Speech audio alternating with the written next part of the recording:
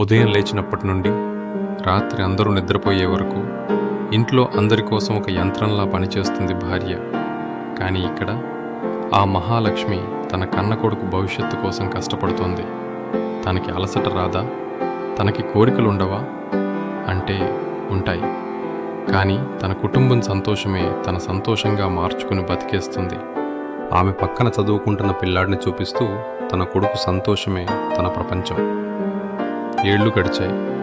ఆ పాత కుట్టు మిషన్ చప్పుడు కనుమరుగైపోయింది. ఒకనాడు ఆ పాత ఇల్లు కొత్త భవనంతో కలకలలాడింది. తన మొదటి జీతంతో కష్టపడి కట్టిన ఇల్లు. ఇది కదా అసలైన సక్సెస్. తనకి కావాల్సింది కోట్ల ఆస్తి కాదు, నేను ఉన్నాను అనే భర్త ఇచ్చే చిన్న భరోసా, ఒక చిరునవ్వు మాత్రమే.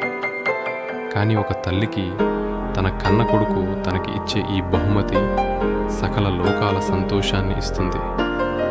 మీ ఇంట్లో కూడా ఇలాంటి మహాలక్ష్మి ఉంటే వాళ్ళని జాగ్రత్తగా చూసుకోండి, ప్రేమించండి.